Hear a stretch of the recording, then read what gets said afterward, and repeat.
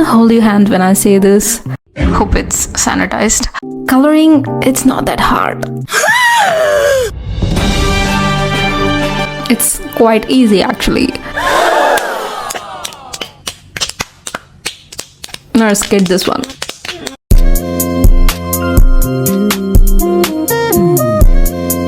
Today I'm gonna teach you guys how to color almost anything in a day. And I'm not gonna go into the whole art rules or color theory stuff cause girl, I don't know how that works either. I have only one rule when it comes to coloring. If it looks good, it looks good. Don't fight it. That color theory bitch might be like pink and green don't go well, neon on neon don't go well. Well, she can shut up. Last time I checked, she made millennials think beige and brown is the ultimate color combo. So, don't give a fuck. Nobody cares about her. If it looks good and you like it, then it's good. That's it. Okay, I like it. Picasso. In this video, I'm gonna go through 3 color method, which is ultimately the easiest coloring method to exist according to me. First, we will see what is the 3 color method. Next, we will see how to pick these colors. Lastly, how to apply those colors. And hopefully, by the end of it, you know how to color. Hopefully. To color easily, we first need a drawing tablet easy to work in. Sponsor of today's video is XP Pen. They sent me their XP Pen Pro 14 Generation 2. Is my voice giving Nara Smith? No. Damn it. It's a 14 inches display tablet with fully laminated screen. It comes with a pencil box, not just a pen, but a box. It opens with a click. If you pull this out anywhere, I'm gonna automatically think you're cool, okay? It's the same feeling of having that mechanical pencil box in your high school. There's also shortcut remote, cute. In this box it had some guidebook, hand gloves, cleaning cloth. I was so sure there's gonna be some stickers in this, but no. So I was mildly disappointed. Then it had a lot of wires. Oh, honey. Girl, security. This does not come with the box, but they sent me extra cables. But I had to use only C-type to connect, so the tablet even has a built-in stand, and I have been using this tablet for almost 2 months now, and it has been great. I really like the size of the screen. It's not too big or too compact. You don't have to squint your eyes to use it. Mobile artist, I'm talking to you. Performance wise, it's really good. I didn't have any problems with it. It was smooth, it was very neat to use. The pen is smooth. They also give you 2 types of nibs. The one is the normal kind, the other one is the felt nibs, and it scratches my brain just right. I feel like I'm drawing in the paper. The only thing that was kind of a problem for me was the stand. It's not adjustable and it's kind of low, so I had to pull the classic shrimp pose to draw in it. And I would recommend it to beginners and professional artists if they want a smaller tablet. I like it. My dog likes it too. Thank you to XP Pen for sending me this tablet. 3 color method basically is you see all these amazing various colors. Yeah, none of that. In 3 color method, we will only allot 3 colors per element. Like if I'm drawing a donut, each element of the donut will have 3 colors. So what are these 3 colors? It's the base, shadow, and light. That's it. This method is the easiest and the basic method possible. You need this basic color method to walk there one day. Don't be a prick and just skibbity toiletries your way there, even though that's exactly what I did. That's the 3 color method. 3 color per element. Simple, right? Except not really, because you don't know how to pick them colors. Let's be honest.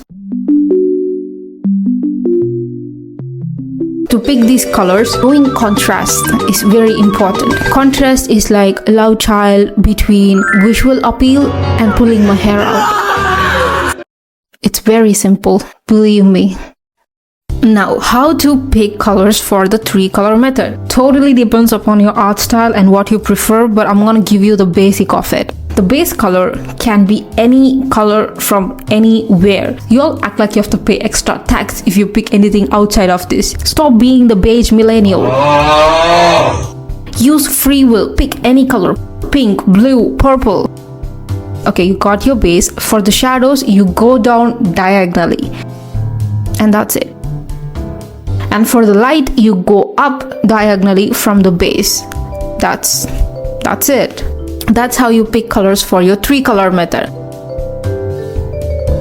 But this changes based on what contrast you want your art to be or your art style to be. Like if you have pastel art style with low contrast, you pick your pastel base. For the shadow, you're not gonna go all the way to Australia. You can just stop at Adriana Lima. And you'll pick just a lighter shade for the light. If you're making a high contrast art for shadows, you will have to go to the land of spiders and battle with them. May the glory be yours.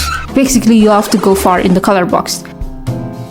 Now if you're like, oh my god, I know color theory now. No babes, this isn't color theory, this is common sense.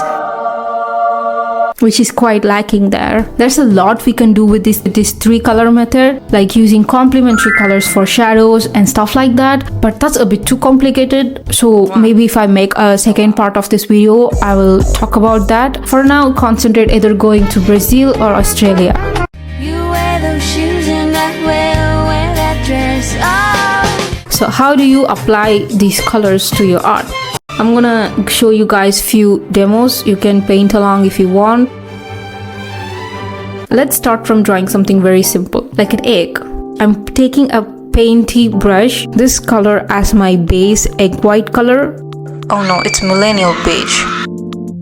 And this for the base for yellow yolk. Always fill the base colors first before you move to the shadows, because if this doesn't look good, the final art will not look good together. And see if all of your base colors go along, the harmony, the visual contrast, the temperature, the chemistry. Basically, does it look good? Yeah, then move on.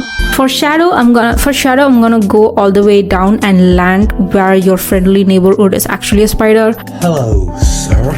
I'm starting to color mildly in a painty brush. I'm not gonna go straight in with full pressure.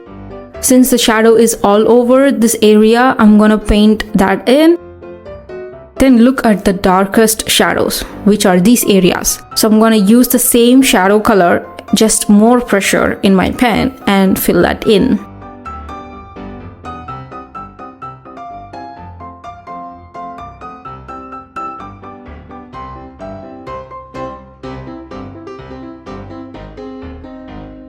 I'm choosing more of a saturated color as shadow for the yolk. I'm gonna go up and pick a lighter color. If you see the reference, the light is kind of also spread out all over the egg. So I'm gonna approach this the same way how we did for the shadow. Start slowly, mildly, then highlight on the strongest light points. And that's it. We have an egg.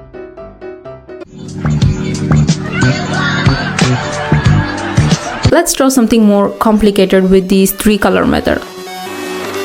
First, I'm gonna select the whole shirt so I can fill the base color using an airbrush, which I hate with all 11 of my fingers.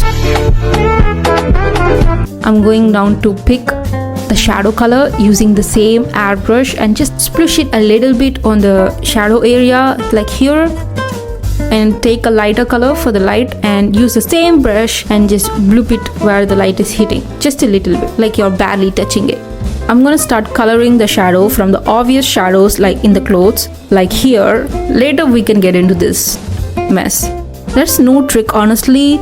Just see the shapes in the reference and just draw that, basically.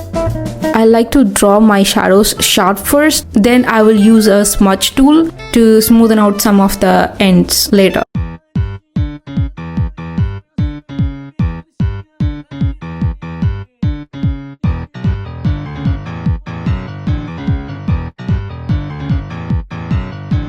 Since the light in the reference is very subtle, I'm gonna select the area and just airbrush it so it's not too much.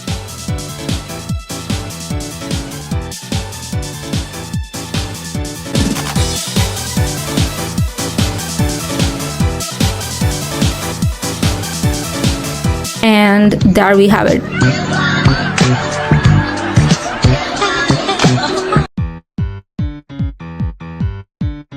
I forgot to use reference for this one, so I'm picking a brown color for the hair. The way I draw hair is very messy. I take a painty brush and a lasso tool and outline the strand of the hair and just paint it. I go down diagonally in the wheel for the darker hair. I start coloring the shadow quite soon in this one. Since I forgot the reference, I need something to work with. I start to fill in the obvious areas like the back of the hair, the top, the under.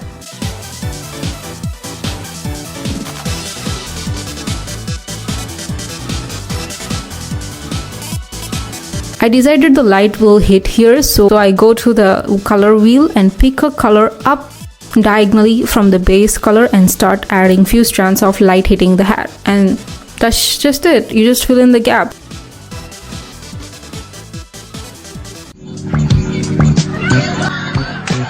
If you think our eyes look wonky, think again. So far I've shown examples with individual elements. For the last demo, I wanted to show you guys a full illustration so you can know how I use the 3-color method when it's a full illustration, even though I didn't exactly complete this illustration. Anyways, if you're drawing a full illustration using the 3-color method, you need to fill the base first, at least the main elements. So here I am coloring the base for the skin, the hair and the cloth.